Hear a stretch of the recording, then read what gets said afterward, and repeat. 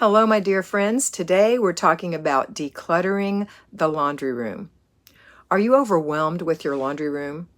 Does it have things that you have stashed and dashed away and never come back to? Do you have laundry up to here? Do you have things in the dryer that are 3 days old? Let me help you declutter your laundry room. Number one, let's get the laundry in control. So first things first, let's fold all the laundry that's clean. That's number one. If they are wrinkled beyond recognition, you can re-dry them a little bit. If you really need to, you can put a damp cloth in there and re-dry them a little bit. Take them out when they're freshly dried, freshly laundered, freshly tossed. They're so much sweeter and softer and easier to fold. Don't crunch them into a basket. Lay them flat in a basket if you're going to take them somewhere else. Hang them up. That's a key. If you hang up more things than you fold, you'll find this is a much easier process. Okay, but number one is to get all the clean clothes folded and put away. That is called completing the process. You haven't done laundry until you've washed it, dried it, folded it, or hung it up and put it away. Key words. The second thing we're going to do is take care of all the dirty clothes that are in there. If you don't have room for your dirty clothes right now, then sort them outside of the laundry room into piles. You get to decide your piles. You can divide your piles by family member and wash all the clothes together.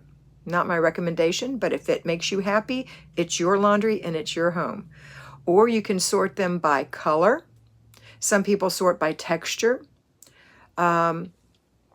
Basically, if you're going to do color and or texture, I would do sheets in one pile, towels in one pile, light and whites in one pile, mediums in one pile, and darks in one pile.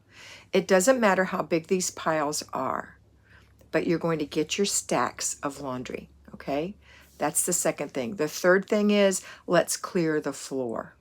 So to declutter in this room, which is a 15-minute thing that we do 4 times in 1 week, I want you to think about the 4 15-minute jobs you can do in here. The number one thing that people tell themselves is it's going to take forever. No, it's not. Don't believe that lie. It's going to take you about an hour to make it workable. So you need 4 15-minute units of time. Let's work for 15 minutes on the floor, and then 15 minutes around the washer and dryer, 15 minutes in any storage area you have, and 15 minutes on any other thing that's going on in this room. It may or may not complete the process for you as far as your laundry room goes, but it'll get you started. Now, once you're at that point where you've spent 15 minutes for one day, just one day, you have other things to do. 15 minutes working in one section, let's say clearing the floor. Remember, when you're doing these things, let's get here first. When you're doing these things, you are going to stay in place. You're not going to run from room to room or even from place to place in your laundry room. You're going to stay in place. You'll need 3 containers, a bag for trash, a box for giveaway, and a basket. It can be a laundry basket for put away. So trash is things that you don't want, need, or love. They go or use. Those go in the garbage if they are, no one else could either want, need, love, or use them. They go in the garbage. The giveaway is the box. That's things that other people might want, need, love, or use, but you don't. And you have to be really strict with yourself. How much room do you have in this laundry room to keep these things? Then put them in the box. And some of the things might not even belong in the laundry room, but they still go in the box for giveaway. And the last thing is your basket. So as you're going through clearing the floor, for example, the things that are going to stay in this room and you don't have a place for them yet, go in the basket. Or maybe you have a place for them, but they're across the room. Put them in the basket. When your 15 minutes is up on your timer, then you're going to stop where you are. You're going to take the garbage out to the garbage can. Tie it up so you don't want anyone digging through that saying, what are you throwing this away for? Then you're going to take your giveaway to the back of the car, put a towel over it or a box top over it, something that will keep others from seeing it and wanting to reclaim it, including you. And then the last thing is the put away. Now you can take that basket, and in that room, if you have a place for it, you can put those things where they go. If you don't have a place for it, but they belong in this room, leave them in the basket in a corner against the wall somewhere. If there are things in that basket that belong in other rooms, let's take that basket to the other rooms and deposit those where they go. Then come back and put the basket back in this room with anything that's left for this room. Okay, that's what you're going to do 4 times: the floor, around the washer and dryer, the storage areas, and one other place. Now, let's finish the process. We're going to move the laundry back into the room if you had to move it out, if you didn't have room. So move your stacks in. And then you're going to begin washing and drying and folding or hanging up and putting away your laundry. So let's say you're going to use my method, which is sheets, towels, lights, mediums, and darks. And it's for the whole family. Then you would do your sheets first. So wash your sheets. If it's a Monday, I suggest you do your sheets. If it's a Tuesday, I suggest you do towels. If it's a Wednesday, I suggest you do lights.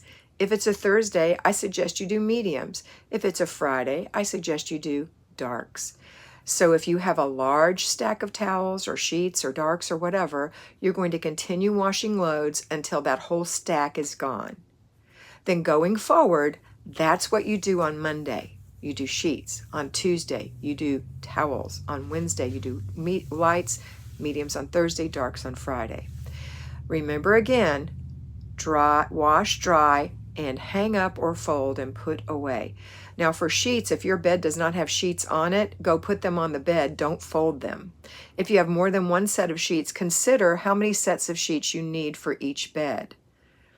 So for most people, adults would need 2 sets of sheets for the bed for the season. So if you have flannel sheets for the winter and cotton sheets for the summer, then you need 4 sets. If you don't, like I live in Florida and Alabama, we just use, well, some of us just use 2 sets of sheets.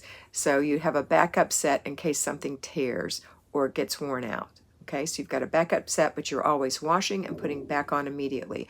For small children who wet the bed or throw up in the bed or whatever, you're going to need several sets so that you'll have them on hand if you need to replace them while the others are washing. Okay? All right, towels. You might need to do your towels twice a week. So wash all the towels on that one day, and maybe you might need to revisit towels again on Saturday. I'm hoping that you don't, but if you do, then I would suggest you do those on Saturday. Okay? All right. That's the laundry room. I hope this was helpful for you. I'm excited to have you here. I'm excited for you to walk into a beautifully clean and shiny laundry room that is working for you, that is not full of empty bottles and empty Amazon boxes and balled up garbage bags and excess shopping bags and kids' toys, etc. Instead, it is designed as what it really is, a laundry room. It might not happen the first week you do this, but each time we come to zone 3, which is what the laundry room is, then we are going to do the laundry room until it gets organized. And once it's organized, we're going to visit it again and deep clean it. So happy days. I hope you're having a wonderful day. I want you to remember that prayer changes things and that you are beautiful. So be beautiful.